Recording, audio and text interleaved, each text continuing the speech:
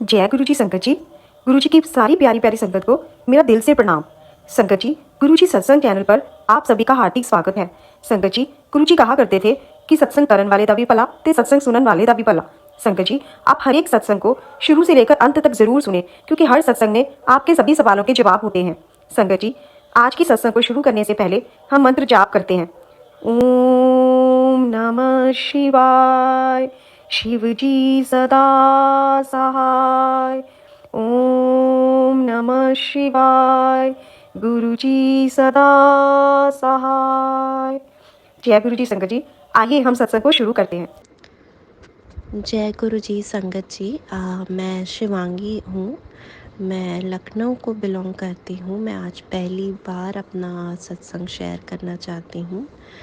मैं मतलब बहुत स्टार्टिंग से स्टार्ट करूँगी एंड जो कुछ भूल चूक हो मुझे माफ़ करिएगा। और मुझे जो जो जैसे याद आते रहेगा मैं आपको बताती जाऊँगी। एंड ये पहली बार मेरा फर्स्ट सत्संग है, तो हो सकता है थोड़ी सी भूल चूक भी हो। तो मैं अपनी जर्नी स्टार्ट करती हूँ 2016 से। मैं दिल्ली में तब थी एंड मेरा एडमिशन हुआ था बनस्थली में। तब मैं इंजीनियरिंग करने वहाँ पे गई थी। तो मैं बीच बीच में तभी मेरे मम्मी पापा का वहाँ पे ट्रांसफ़र हुआ था, तो मैं वहीं पे थी। तो मैं बीच बीच में जब भी दिल्ली जाती थी तो गाड़ियों पे जय गुरु जी लिखा रहता था। मैं सोचती कौन गुरु जी हैं ये, जिसके गाड़ियों पे इतना नाम लिखा रहता है। आजकल हर कोई किसी को फॉलो कर लेता है। फिर मैं कई बार कहीं दुकान में गई, कहीं पे भी गई, वहाँ पे भी मुझे उनका दिख जाता था स्वरूप।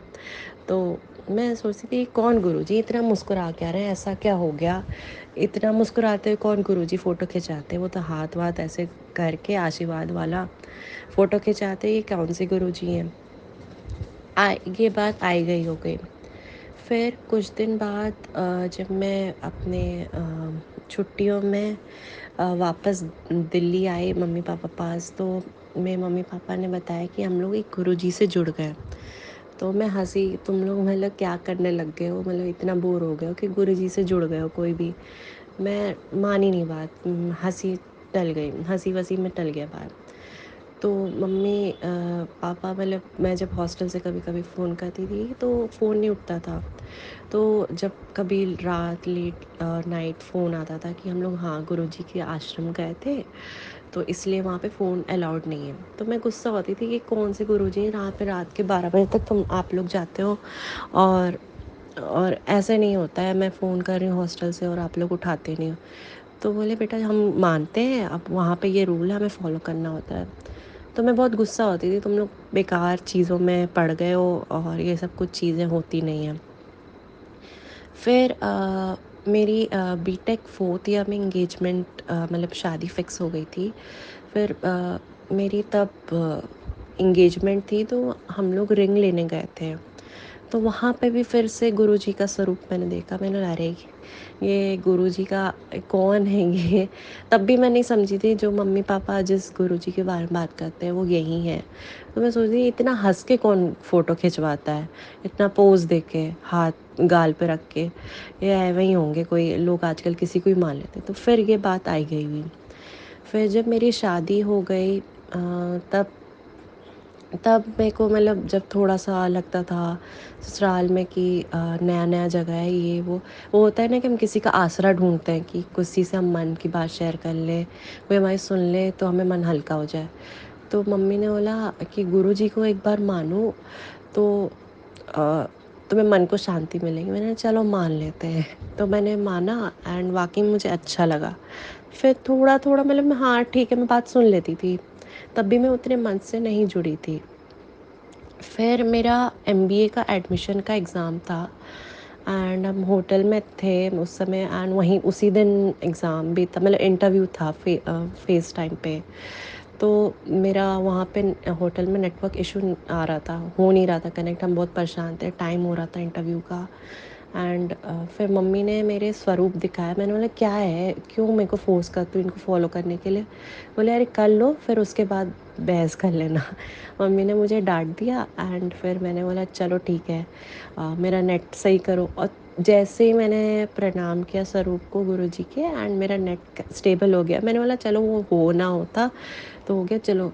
फिर भी तब भी मैं उतनी नहीं जुड़ी थी। फिर धीरे धीरे जब बीटेक एमबीए हो गया मेरा, उतना फिर उसके बाद हम मतलब मेरा प्लेसमेंट होना था। तो उस समय फिर मैंने थोड़ा तब तब लालच के चक्कर में मैंने, चलो मम्मी इतना बोलती हैं जो मांगो वो मिल जाता है, चलो इनको आजमाते हैं, मेरा प्लेसमेंट हो जाए। और मेरे हस्बैंड हैदराबाद में थे, और मेरा जो एमबीए का कॉलेज था वो जयपुर या लखनऊ का था। तो वहाँ से मुझे साउथ के कोई भी कंपनीज़ में जॉब नहीं मिल रही थी प्लेसमेंट में। बट गुरुजी ने इतना ऐसा किया कि उन लोग ने स्पेशली मेरे लिए पोजीशन बनाई। उन लोग ने पोजीशन रखी ही नहीं थी हैदराबाद लोकेशन के लिए, वो केवल नॉर्थ के लिए रखे थे। एंड मेरी फिर उन्होंने स्पेशल पोजीशन बनाई एंड बोला कि हम आपके लिए रख रहे हैं, आपको दिल्ली हैदराबाद ही भेजेंगे, आप टेंशन ना लो, आपका सिलेक्शन हो गया। तब से मैं थोड़ा थोड़ा मानने लग गई। तो ये मेरी जर्नी थी जुड़ने की। फिर उसके बाद तो फिर अनगिनत सत्संग है। फिर मेरे को पीसीओडी है, मतलब काफ़ी, मतलब बचपन से ही है। जब से मेरे डेट्स आने स्टार्ट हुए तभी से मेरा इरेगुलर रहता है। तो फिर हम बेबी, कोविड आ गया, कोविड के बाद हम लखनऊ आ गए। तो लखनऊ में फिर हम बेबी का प्लान करने लगे कि अब बेबी प्लान कर लेते हैं। शादी को 4 साल हो गए। तो जब ट्रीटमेंट में घुसे तो हमारा ट्रीटमेंट होए जा रहा था, कुछ सक्सेसफुल नहीं हो रहा था।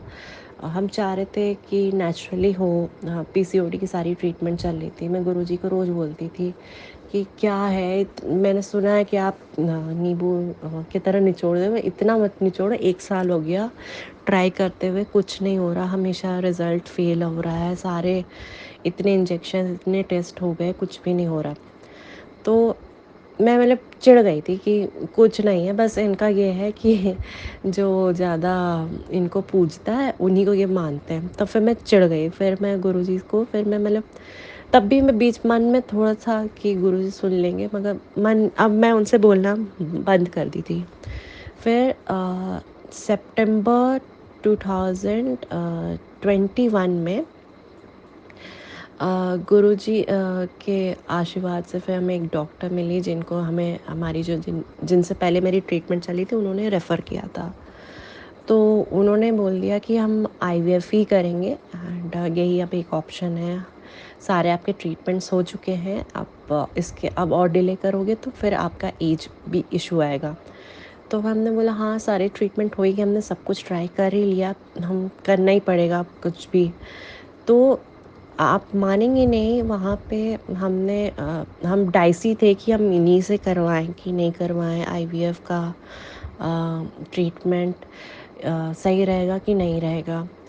तो हम, मतलब हम डिसाइड ही कर रहे थे। फिर हमने सोचा ठीक है, हम इन्हीं से करवाते हैं। काफ़ी हमने सब जगह देखा, तो हम जो डॉक्टर को उन्होंने रेफ़र किया था हमने उन्हीं को डिसाइड किया। फिर हमारी फ़र्स्ट इंस्टॉलमेंट उनको पे करनी थी, हमने उस दिन उनको पे किया। एंड वही हॉस्पिटल के बगल में एक शॉप थी, बर्तन की दुकान थी। तो हमें कुछ लेना था सामान, तो हमने सोचा यहाँ से सामान लेके फिर घर चलते हैं। तो मेरे हस्बैंड उतना नहीं मानते, बस हाँ श्रद्धा के रूप में उनको मतलब रिस्पेक्ट दे देते हैं गुरुजी को। बट मेरे इन लॉज नहीं मानते, तो मैं उनको कभी फोर्स भी नहीं करती। तो हम लोग, मैं, मेरी mother in law and husband वहाँ पे गए उस शॉप पे।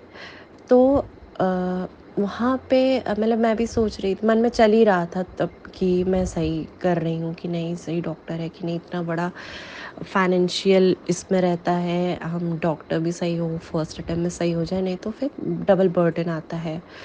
तो ऑलरेडी इतना पैसा लग चुका है ट्रीटमेंट पे।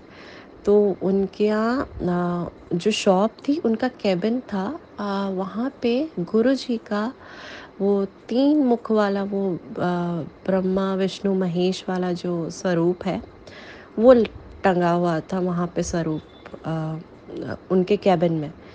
मैं बस समझ ली कि मैं सही जगह आई हूँ, सही डिसीजन लिया, एंड सही फर्स्ट इंस्टॉलमेंट पे ही गुरुजी ने दर्शन दे दिए। एंड वो लोग गुरुजी संगत थे, तो बस मैं मन में समझ ली कि ये सही मैं जा रही हूँ, अब कोई दिक्कत नहीं, मतलब गुरुजी ने हाँ हाँ आशीर्वाद दे दिया।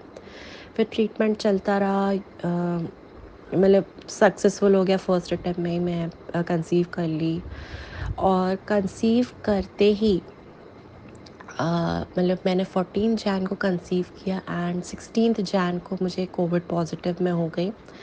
काफ़ी पैनिक हो गया था कि इतने दिन बाद गुड न्यूज़ आई है, मैंने कंसीव किया है एंड फिर कोविड हो गया। अभी तो बच्चे बस आए ही हैं और अभी कोविड हो गया। मैं काफ़ी पैनिक थी।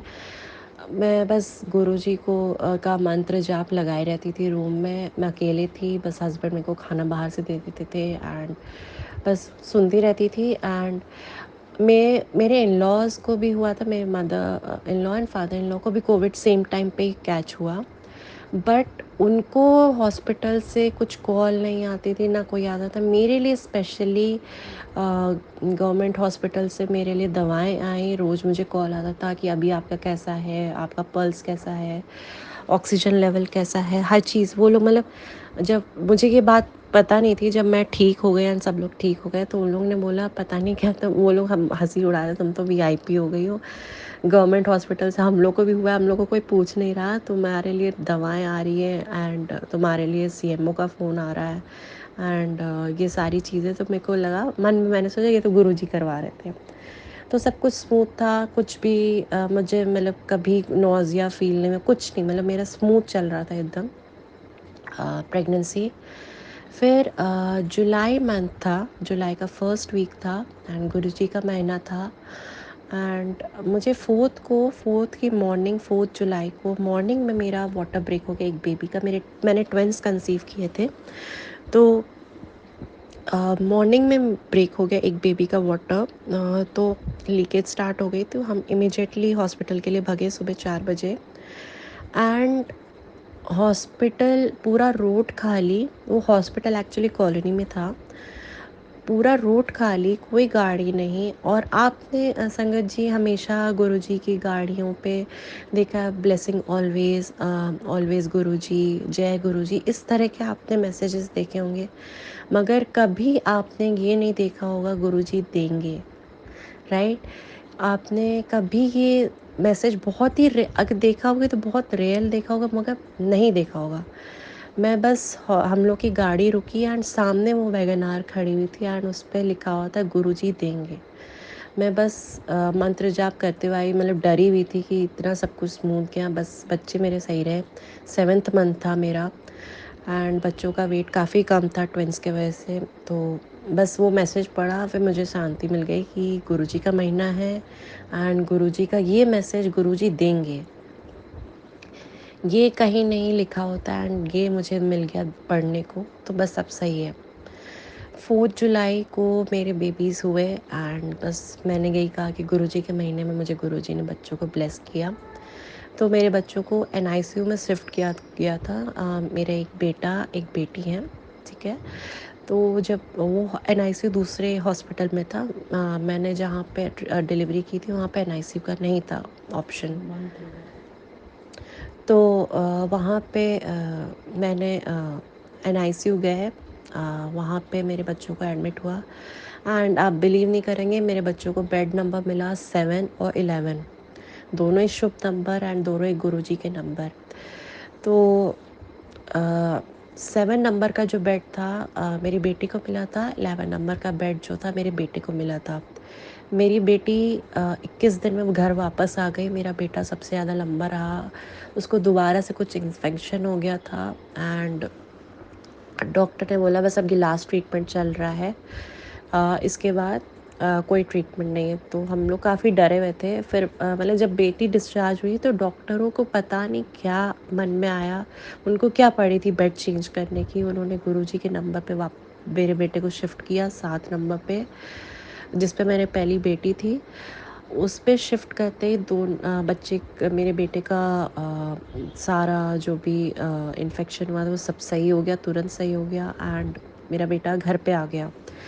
तो मेरी एक दीदी है, वो भी गुरुजी को बहुत मानती है, वो भी गुरुजी संगत है। तो उन्होंने बताया कि जब वो मेडिटेशन कर रही थी तो गुरुजी का उनको मैसेज आया कि उन्होंने बेटे को ब्लेस कर देता। बेटा उनका ब्लेस किया हुआ है एंड आप मानेंगे नहीं, जैसे गुरुजी देखते हैं किनारे से, अभी मेरा बच्चा जब खेलता है, अभी वो दोनों 17 मंथ्स के हैं, तो कॉर्नर आई से जैसे गुरुजी देखते थे वैसे ही वो भी देखता है। एंड 6-7 महीने का बच्चा क्या जाने कौन गुरुजी है, बस वो जब भी स्वरूप को देखता है बस उनको इशारा करके वो वैसे ही तिरछी आंखें करके देखता है, मुस्कुराता है तब से। तो ये तो गुरुजी की कृपा थी मेरे दोनों बच्चों की। एंड मेरा बेटा को तो एकदम उन्होंने ही बचाया है। तो हाँ, फिर उसके बाद जब बच्चे मेरे घर आ गए तो हम लोग ऑब्वियसली न्यू थे, प्रीमेच्योर बेबीज़ के लिए ट्रीटमेंट कैसे करना है, घर पे कैसे ख्याल रखना है, थोड़ा सा नया नया था। तो हम हर तीसरे दिन कभी बच्चा दूध नहीं पी रहा है तो कभी उनका बॉडी कोल्ड पड़ जा रहा है तो कभी रिफ्लेक्स हो जा रहा है, कई सारी चीज़ें हो रही, तो हर तीसरे दिन हम भाग रहे थे हॉस्पिटल बच्चे को लेके दोनों को। तो जब ये चौथी पांचवी बार साइकिल के हुआ तो मैं रो दी गुरुजी के पास, अब बस क्या, क्यों अब इतना निचोड़ रहे हो, ट्रीटमेंट इतना करवाया, 2 साल तरसाया, बच्चे दिए तो बच्चों को भी अब ऐसे, अब बस करो, अब बस हो गया, मैं अब रस नहीं बचा है कि आप निचोड़ो। मैंने बस ये कहा एंड हम हॉस्पिटल के लिए निकले। मैंने फर्स्ट टाइम एक्सपीरियंस किया था कि कुछ जैसे इत्र नहीं होता, इत्र जैसी स्ट्रॉन्ग फ्रेगनेंस पूरी गाड़ी में फैल गई रोज़ की।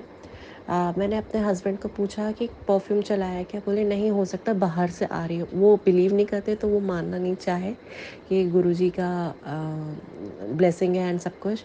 एंड उस दिन के बाद से मेरे बच्चे हंसी खुशी बढ़ते रहे एंड जब जब अपॉइंटमेंट हुई तभी गए, बीच में कभी नहीं गए। एंड अभी भी उनका चल रहा है सही। तो ये तो बच्चों का था स्टोरी। अब फिर उसके बाद अब मैंने फिर जब बच्चे थोड़े से स्टेबल हो गए तो मैंने अपना, पहले मैं जॉब करती थी तो मेरे को थोड़ा सा मन हुआ कि अब मैं अर्निंग करना स्टार्ट करूँ, थोड़ा सा थोड़ा फाइनेंशियली हेल्प भी कर पाऊँगी अपने हस्बैंड को। तो मैंने कुछ ऑनलाइन वर्क स्टार्ट किया। तो मैंने बिस गुरुकुल में ज्वाइन किया। मैंने सोचा कि थर्सडे वाले दिन ही ज्वाइन करती, तो थर्सडे 15 दिसंबर 2020 को मैंने ज्वाइन किया, ये सोच के कि थोड़ी अर्निंग हो जाएगी। तो थोड़ा सा बीच में स्ट्रगल था, अर्निंग नहीं होती थी, मैं गुरुजी को बोलती थी ये करा दो गुरुजी, सबके हो रहे हैं। तो एफिलिएट मार्केटिंग थी, काफ़ी टफ था थोड़ा सा। फिर धीरे धीरे वो भी लाइन पे आ गया एंड गुरुजी के मंथ में ही हमेशा मुझे ब्लेसिंग मिली कि मैं समझ गई गुरुजी का मंथ मेरे लिए हमेशा इंतज़ार रहता है। तो जुलाई से मेरी पकड़ बैठी एंड फिर मुझे ग्रोथ मिलना स्टार्ट हुई, मेरी अर्निंग होना रेगुलर स्टार्ट हो गई। फिर एक्चुअली जहाँ मैं बिस गुरुकुल में मतलब एफिलिएट मार्केटिंग फ्रीलांस करती हूँ, इनके यहाँ ये बर्थडे बिस गुरुकुल बर्थडे मीट होता है, ठीक है। मतलब जब ये कंपनी लॉन्च हुई थी उस पे ये लोग एक इवेंट लॉन्च करते हैं, उसके लिए कुछ टारगेट्स होते हैं, अगर आप वो हिट कर लेते हो आपको अवार्ड मिलता है और रिकॉग्निशन मिलता है एक्चुअली। तो मुझे उसकी लालच थी कि मुझे कुछ अवार्ड मिले, कुछ मुझे अपने लिए एक नाम होगा, मतलब कि मैंने जो कदम उठाया अपने हिसाब से वो सही हो। तो मेरा पेज है शिवांगी मॉमप्रेन्योर करके, वहाँ पे मैंने अभी जनवरी मंथ की बात है तो मेरी अर्निंग हो गई थी, मतलब 1 लाख का टारगेट था जो मिनिमम वाला था, तो मैं सोची हो जाएगा अर्न मेरे से 1 लाख। तो फर्स्ट वीक में तो 40,000 मैंने हिट कर लिया था, बाकी के जो मनी थे वो बचे हुए थे एंड 1 वीक से मेरी बीच में अर्निंग रुक गई जनवरी मंथ में।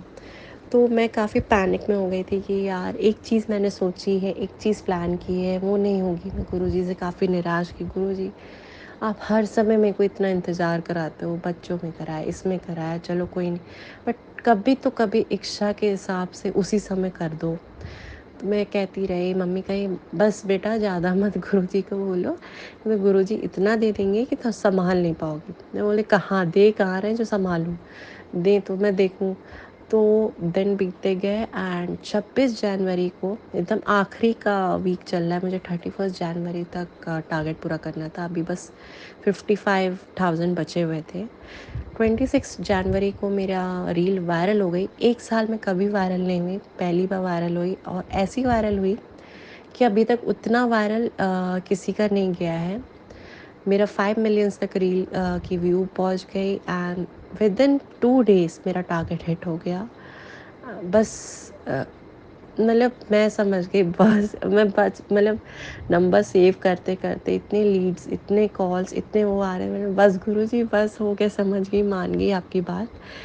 तो काफ़ी मेहर रही, और इस बार फिर मैंने सोचा कि अब बहुत ज़्यादा सत्संग इकट्ठे हो गए, इतना पेंडिंग नहीं चलना चाहिए। तो इसलिए मैंने सोचा कि अपना इस बार सत्संग शेयर करूं। अगर कुछ भी भूल चूक हुई हो, कुछ भी मुझसे वो हुई हो तो माफ़ करें। एंड जय गुरु जी संगत जी।